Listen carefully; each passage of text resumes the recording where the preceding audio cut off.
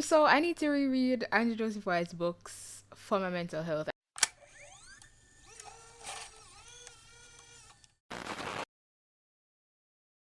Hi, my name is Romeo. Welcome or welcome back to Start Pages. Today we're going to be discussing Andrew Joseph White's works.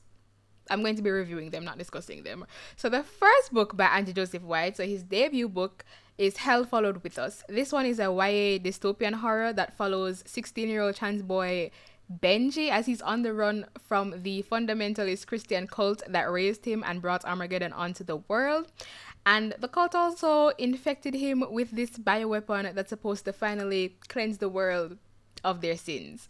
And then on the run, Benji finds this close knit community that is fighting against this cult, and there he forms romantic connections, among other things, and discovers himself. So, Andrew Joseph White stated that he wrote this book because he was angry, and I could tell, and I loved it. The character work in this book was absolutely amazing, as well as the relationships developed in this book. I loved how messy the characters were, and I loved how they were allowed to be flawed and make mistakes.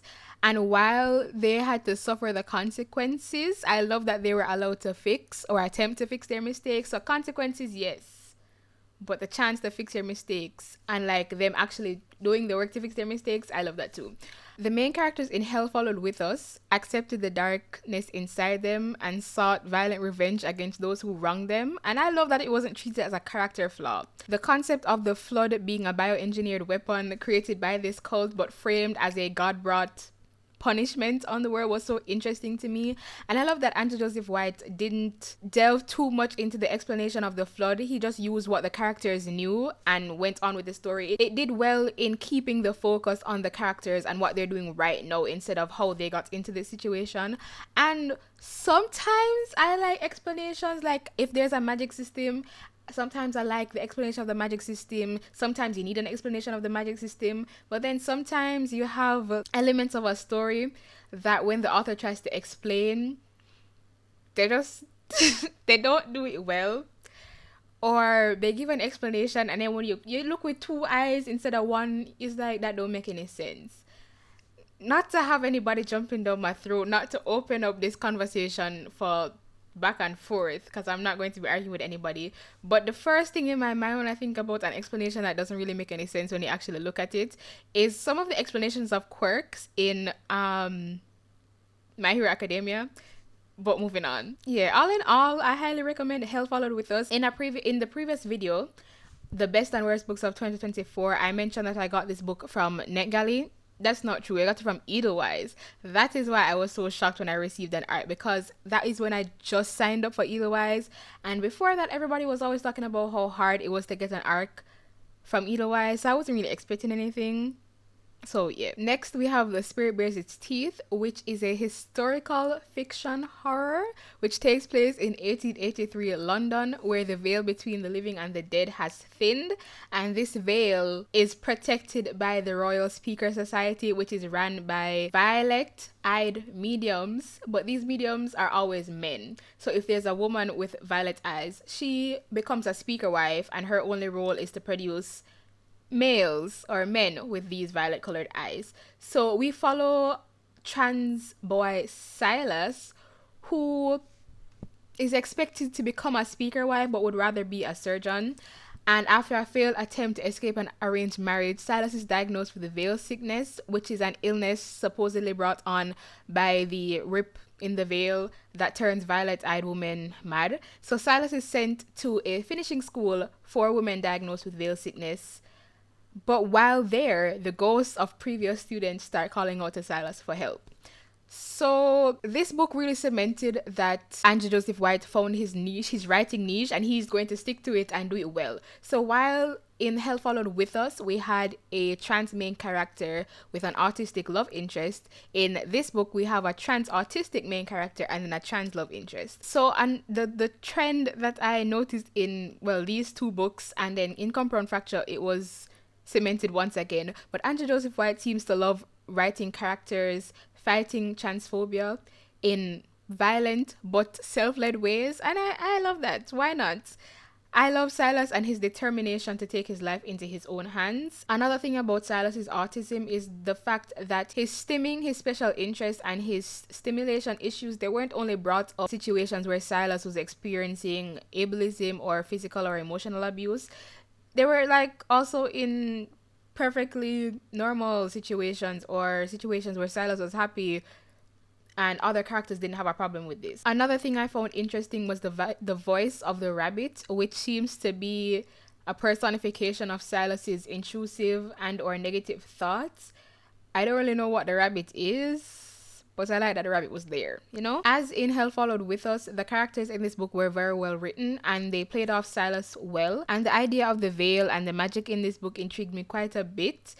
And this is one instance where I'm fine with the fact that we didn't get detailed explanations, but if Andrew Joseph White did decide to give a detailed explanation, I wouldn't mind it. Andrew Joseph White also mentioned that he took creative liberties with the historical elements in this book, but the elements that stayed somewhat true, you could tell that it was very well researched.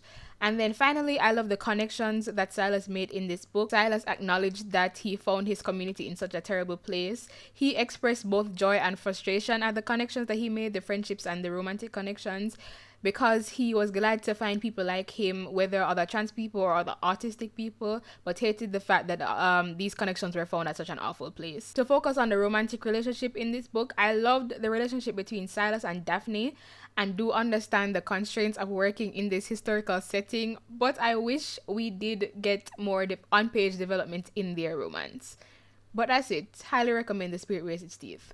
And then finally, Compound Fracture. This one is more thriller than horror. This follows trans autistic boy Miles, who survives an attempted murder, and while recovering or after recovering, he's drawn into a generational fight between the poor in his community and the people that exploit them.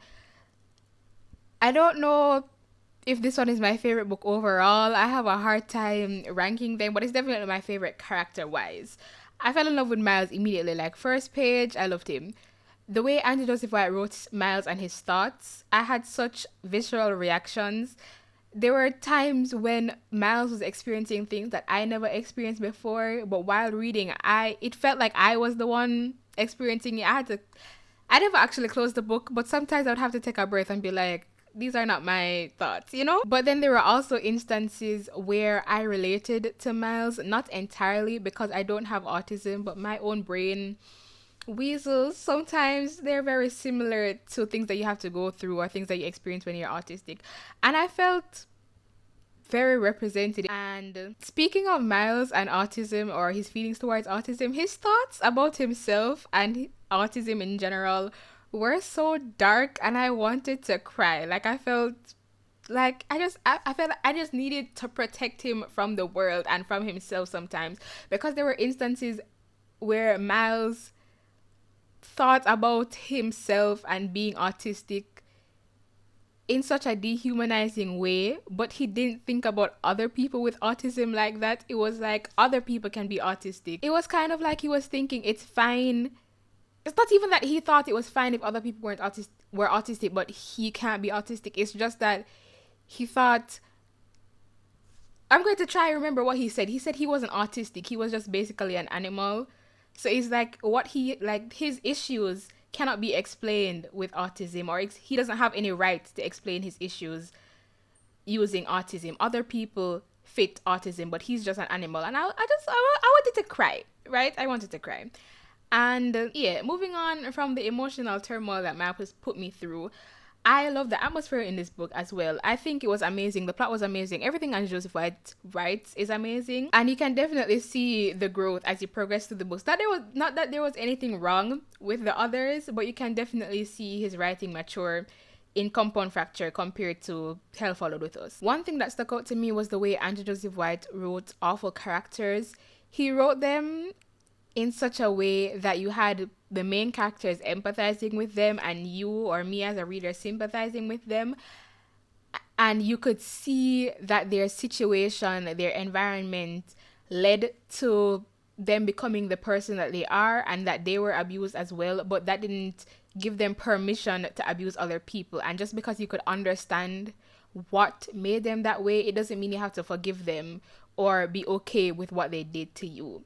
And it doesn't mean you can't wish them dead, because sometimes people must just, like, sometimes people do you wrong and you just want them dead, and that's fine. What? I never said that. I never said that. Yeah, like in a lot of stories with awful characters, the only time we get to empathize or sympathize with them is when they're going to become, like, get a redemption arc. Not everybody deserves a redemption arc. I don't want to read a redemption arc in every story, especially when I have to watch. I had to see what they did to my MCs, my protagonists, my children. I don't care what happens to them after that. I don't want anything good to happen after that. Finally, I love the different explorations of queer identities or queer experiences in this book. We had different familial reactions. We had different ways to express or go about your queerness, and I felt that was very realistic. And then finally, Andrew Joseph White explored the way how the people closest to you can hurt you the most, and even people who helped you get through hurt in some situations can come and hurt you either in the same way or in a completely different way. I just love the exploration of those relationships, you know? Anyway, that's all I have to say. And I'm going to be reading everything Andrew Joseph White writes henceforth. Regarding liking, commenting, and subscribing, do what you want. Bye.